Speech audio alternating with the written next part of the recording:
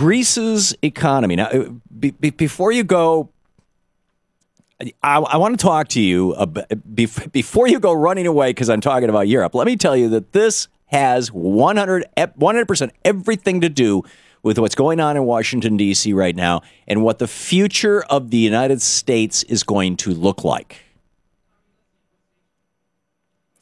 And what we are seeing right now is that, there's frankly two visions for America. The president's budget laid out one, which is let's build our country. Let's grow our way out of this debt. The debt was massive after the Civil War. Abraham Lincoln grew us out of it. Well, and Andrew Johnson and subsequent presidents. We grew our way out of that debt. Our debt was massive after World War II. In both cases, it was larger than our debt is right now as a percentage of GDP and arguably in real dollars. And we grew our way out of that debt. Harry Truman built highways and hospitals and schools, and then Dwight Eisenhower came in and said, this is a great idea, let's build more highways, and did it with borrowed money. And in fact, said not only let's build hospitals and highways and schools, but let's invest in our intellectual infrastructure. We got 700,000 GIs coming back from Europe. Let's send them to college for free.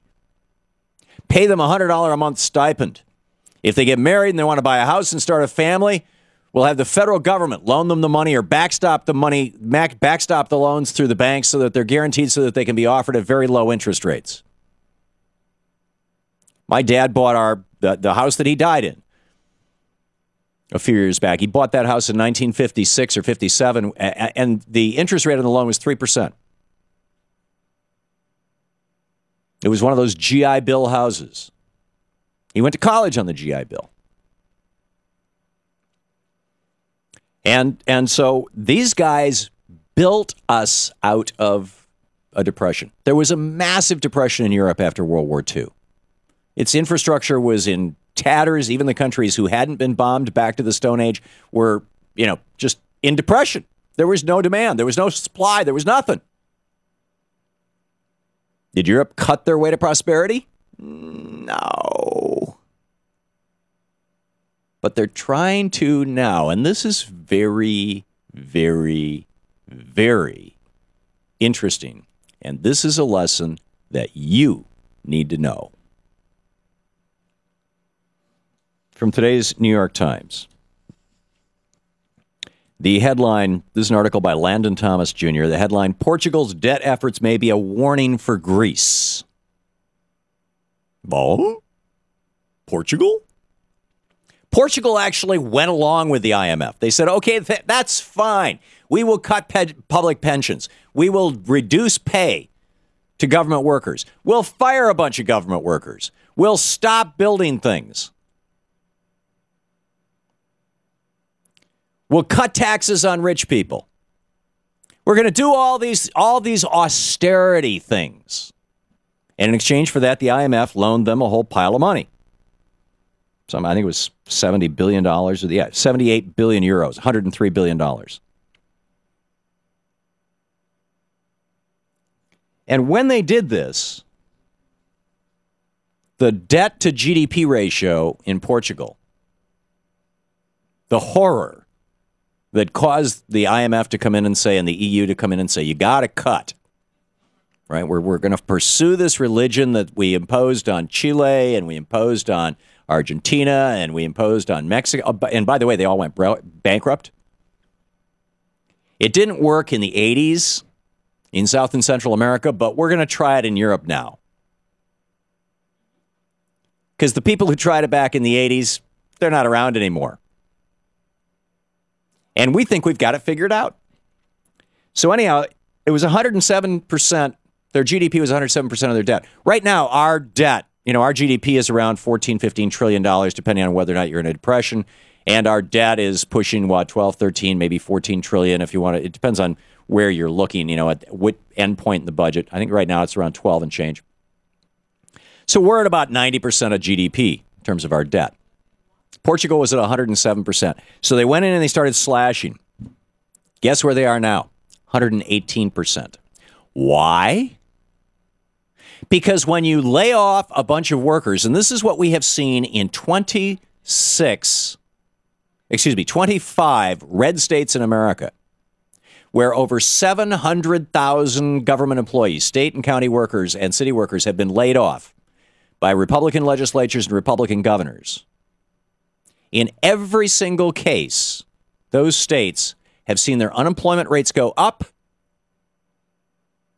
and their state revenues go down. Why? Because they just laid off a bunch of taxpayers who are no longer paying taxes. On the other hand, we have 24 states in the United States, run mostly by Democrats, who have actually raised taxes, increased spending, and seen their net revenues go up and their unemployment numbers go down. Things have gotten better. Things got worse in the red states. They got better in the blue states. So much better that they're dragging the whole country up.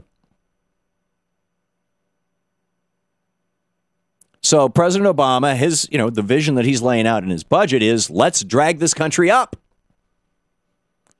And the Republicans are saying, oh, God, you can't have that. We got to drag the country down.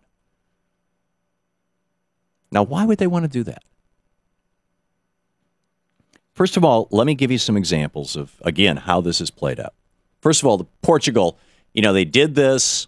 In fact, they're going to do more of it. The finance minister, Mr. Gaspar, says that he, quoting from the New York Times here, intends to slash government pension payments by $1.6 billion. And he's going to cut the bonus payouts that public sector workers in the country have long earned. Basically no more Christmas bonus. Now, what's the effect of that going to be? Well, it's going to save the government some money. But where does the government get its money? From taxes. And if people aren't earning income, they're not paying taxes on that income. And perhaps more importantly is the multiplier effect. If they're not earning income, they're not spending that income. Because when a government worker in Portugal earns $1,000 in a month and goes out and spends it, they spend it in a local store. That shop owner then has $1,000 and pays some employees who are also paying taxes, pays the shopkeeper or pays the clerk and buys some inventory. And the inventory comes from a company that makes the stuff, and they have to pay salaries. And every step along, each one of those people are taxpayers. They're paying taxes. So the Portuguese are starting to say, no, you had 100,000 people out on the streets over the weekend. Spain. Their debt to GDP ratio, again, ours is 90%. Theirs was 36% before this all began. They took an austerity hit. They started laying off people. Guess where they're at now? They were 36%. Now they're approaching 84%. Things are getting worse. And these geniuses in Europe are scratching their heads going, why are things getting worse? David Cameron in the UK, we're going to cut. We're going to do what those Republicans in America are talking about. We're going to cut. We're going to have austerity. Oh, our economy contracted by 0.5 point? I wonder why. You think it could have something to do with the fact that you're cutting?